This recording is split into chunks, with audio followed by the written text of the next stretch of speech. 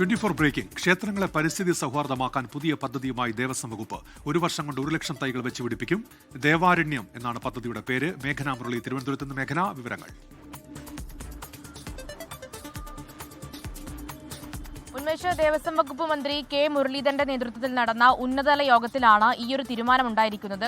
കേരളത്തിലെ ക്ഷേത്രങ്ങൾ ഹരിതാപമാക്കുക എന്നുള്ളതാണ് ഈ പദ്ധതി കൊണ്ട് ലക്ഷ്യം വയ്ക്കുകയും ചെയ്യുന്നത്. ദേവാരണ്യം എന്നുള്ളതാണ് പദ്ധതിയുടെ പേര്. പരിസ്ഥിതി ദിനമായിട്ടുള്ള ജൂൺ 5-ന് അമ്പലമുക്ക് ശ്രീകൃഷ്ണ സ്വാമി ക്ഷേത്രത്തിലായിരിക്കും ഇതിന്റെ സംസ്ഥാനതല ഉദ്ഘാടനം നടക്കുക. അതിൽ വകുപ്പ് ഉദ്ദേശിക്കുന്നത് ഈ ക്ഷേത്രങ്ങളെ പരിസ്ഥിതി സൗഹാർദ്ദമാക്കുക, അതുപോലെ തന്നെ ദേവസ്വം വകുപ്പുകൾക്ക് ഈ 1 ലക്ഷം തൈകൾ വെച്ചുപിടിപ്പിക്കുക എന്നുള്ളത് ഭാവിയിൽ ഒരു മുതൽക്കൂട്ടാകുമെന്നുള്ളതാണ് ഉദ്ദേശിക്കുകയും ചെയ്യുന്നത്. അതിൽ വനം വകുപ്പും അതുപോലെ തന്നെ വിവിധ ക്ഷേത്രം ബോർഡുകളുടെയും സഹായത്തോടു കൂടിയായിരിക്കും ഈ പദ്ധതി നടപ്പിലാക്കുന്നുണ്ടാവുക. 1 വർഷം കൊണ്ട് 1 ലക്ഷം തൈകൾ വെച്ചുപിടിപ്പിക്കും. വിവിധ ദേവസ്വങ്ങൾക്ക് കീഴിലുള്ള 3087 ക്ഷേത്രങ്ങളാണ് ഈ പദ്ധതിയുടെ ഭാഗമാവുക. അതിൽ തിരുവിതാംകൂർ, കൊച്ചി, മലബാർ, ഗുരുവായൂർ, അതുപോലെ തന്നെ കൂടൽമാണിക്യം ക്ഷേത്ര ദേവസ്വങ്ങളുടെ പരിധിയിൽ വരുന്ന 3087 ക്ഷേത്രങ്ങളാണ് ഈ ഒരു ഹരിതാപമാകാനുള്ള 1 ലക്ഷം ദേവസ്വം വകുപ്പിന്റെ ഭാഗത്തുനിന്നുണ്ടാകുന്നത്. ഇതിന്റെ സംസ്ഥാനതല ഉദ്ഘാടനം ജൂൺ 5-നായിരിക്കും തിരുവനന്തപുരത്ത് വെച്ച് നടക്കുക. മേഘന മുരളി തിരുവനന്തപുരത്ത്.